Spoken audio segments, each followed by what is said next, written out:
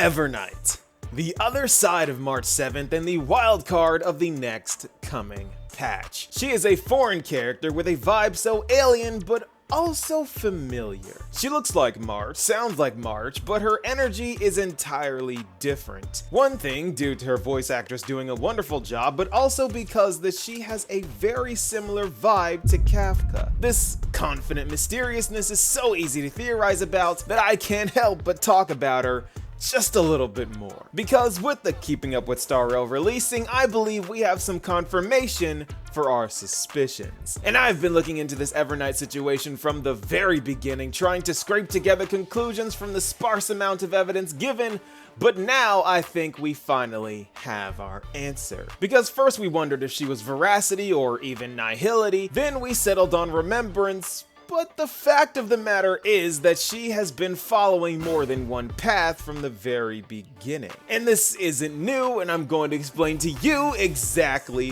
why.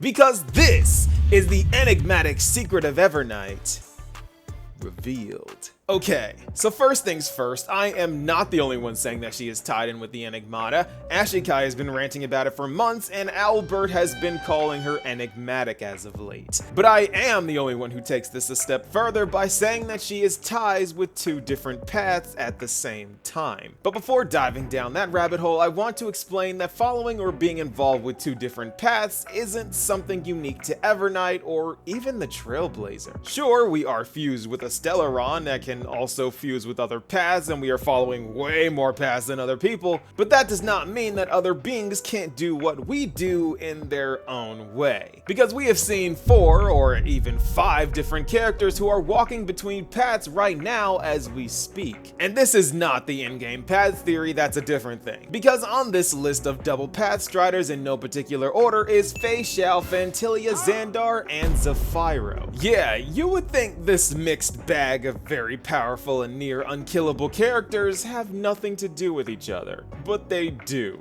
Hear me out. You see, Phainon is a hunt path follower by nature. She is a Foxian, a long-life species of the Shanjo Alliance, which makes her a hunt Pathstrider, that much is obvious. But she is also abundance, because she is a very unique Foxian who is also part Borisin. And as of right now in the story, the new Borisin Warhead. And the Borisin are the abominations of the abundance, making her everything her nation loves and hates at the same time, and following two paths that hate each other. Well, Lan hates Yaoshi, but it's very possible that Yaoshi doesn't care and keeps being extra. Anyway, Phainon has ended up in the strange position of being general of two different warring factions and forced down a path that she doesn't really follow. But like it or not, abundance is in her blood now that she's consumed Hulei's heart, and she is now more abundance than normal long-life species. And she can use that abundance power to heal herself indefinitely, just like Hulei did. And remember, being a Pathstrider just means that you can draw power from the path. You don't have to follow the Aeon's ideology. And Phainon is a prime example of this. And Phantilia is a similar case as a Heliobus who is a denizen of abundance, but she seems to have willfully become a Lord Ravager and very much enjoys what she does, as sick as she is. So her situation is much less complicated, but she does show us that just because she is a destruction emanator now, this does not diminish her mastery of all things abundance. Remember, this body that she made from out of nowhere was her drawing power from the ambrosial arbor.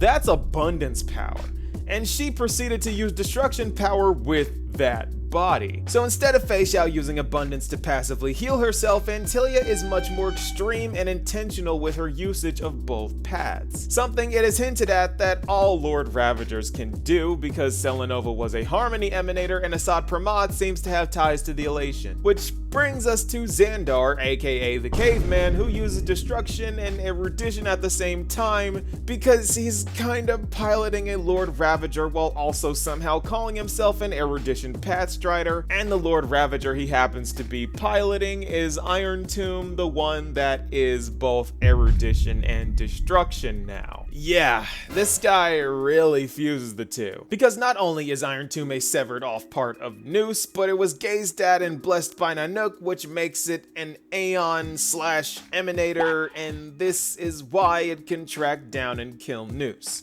Once again, Lord Ravagers and the two paths thing, it gets weird. But you get my point here, right? And that continues with Zephyro, which I am well aware that Herta calls him Zephyro, but Zephyro as in Pyro sounds way cooler, and he is called the Savage White Flame. So Zephyro the Pyro is where I'm at, and that's where I'm staying. Anyway, this guy is a rumored self-annihilator and a Lord Ravager. That's nihility and destruction, and the most unique one on this list for good reason, because he doesn't do this by choice. No self-annihilators are like this by choice. He walks two paths because he has to, not because he wants to. And it's likely because of this curse of nihility, Shadow of IX thing, that he chose to become a Lord Ravager with the power to at least challenge the void. Yes, just like Acheron, he wants to kill IX. That's the whole white light thing shining into the void thing that he does. He's trying, and he might not be a bad guy, but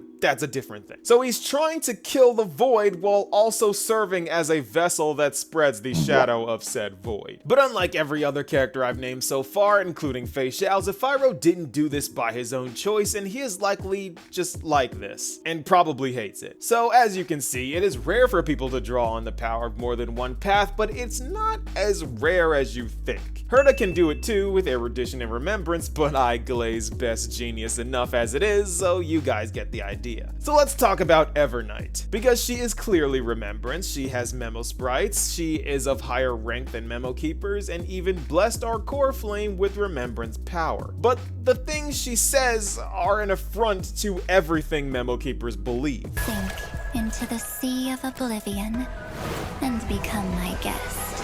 The garden's goal is to stop things from falling into oblivion. The Evernight draws near.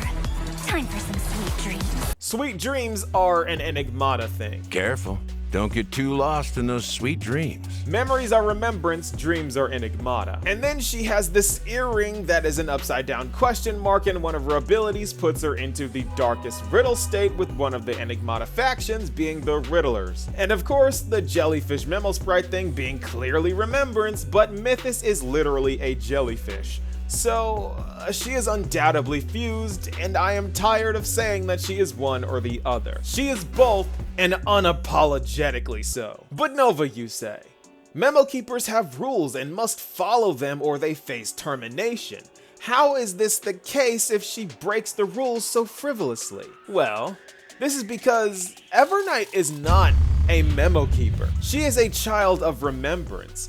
Just like Phantilia is a denizen of abundance, she was born into one path, but that does not mean that she has to stick to it. She can just use her natural affinity for Memoria without being affiliated with the garden. Heck, she can probably freely pass through the pure land of recollection anytime she wants without any consequences, simply because that is what she was born with the ability to do. And since we now know that Evernight is a character that will resort to anything in order to protect March, the Enigmata is a path that runs parallel to the Remembrance in many ways. So logically speaking, that would be the next easiest path to learn to control as a child of Remembrance. Because if the origin story is true, Mythos in a way is also a child of Remembrance, which explains why the Enigmata can influence Memoria just as easily as Remembrance can. And this brings us to how Evernight will take us into this hidden place in amphoreus, because she seems to be everything I predicted a character with Remembrance power to be. Because this 13th core flame was hidden and maybe not even Lygus knows about it, but Evernight found it by manipulating time and Memoria, and just like how she effortlessly looked into our memories, she most likely sifted through amphoreus and found this.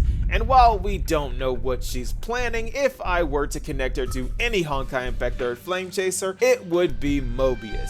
Because every other one I've explained already, and Mobius was one of the heroes that made the Elysian realm, the realm of memories. So since Evernight is recognized as Ornyx's mother, she more than likely has had a hand in a lot of what goes on in this world, and quite possibly was that mysterious unknown person that helped Tribios escape from the guards after stealing the core flame of passage. Remember that? Trinan sure didn't. But I don't get it. This has been puzzling me for a while now. Who has been aiding Tribios in her escape? We can never know for sure who helped us back then. But that kindness was forever engraved in our hearts. motivating us to move forward. Time has modified this memory into a special letter, so that we do not forget our original intent. Probably because Evernight likes to lay low and doesn't hesitate to cover her tracks. But I think I've finally tracked her down. There is a reason why Evernight knows about the hidden core flame and why Tribi had a nightmare involving the same infinity symbol seen on the door. She may be mysterious and enigmatic while following more than one path, but if the information we've been given is true, we've got another double Pathstrider on our hands. Because this is the enigmatic secrets of Evernight revealed. And here is where tired editing Nova at 2 AM cuts in, because Evernight is a child of remembrance and I scripted out this entire video before this Myriad Celestia dropped. Fun times, but now I gotta talk about that because it just so happens to be exactly about what I was talking about, and my predictions were right, but they are no longer predictions because I am hours too late. Whatever. So it turns out that she has beef with the Remembrance for leading her astray in some way. So she has Remembrance power, but hates the Remembrance, and she was the one that ended up helping Tribios all that time ago, which suggests that the Rosy Celestial Maiden was actually just her this entire time, whole plot twist there, and the memories of her being upset at her betrayal became Evernight. So Evernight's goal is to allow March to continue her life of trailblazing and live the existence of peace she was supposed to live. It's kind of an I'm protecting my innocent self situation. It's just Sela. It's literally just Sela and Veliona. Oh, and it seems that her overarching goal is not to free Amphoreus, but to freeze it forever. And though that would suck for our Chrysos Air friends, that might just be the best option for us at this point. Anyway, that is the explanation and why this video is structured like this. At the time of writing, this was all unknown, so please comment Veliona if you made it this far. And with that, on to the closing thoughts.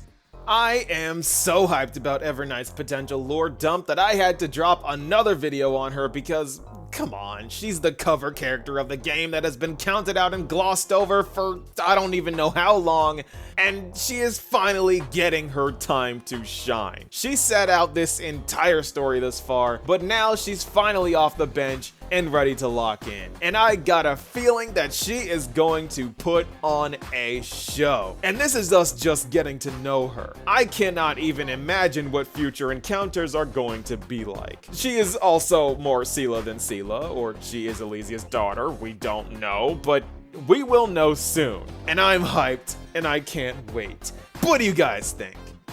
Be sure to let me know, and I'll see you all in the next video. Peace, y'all.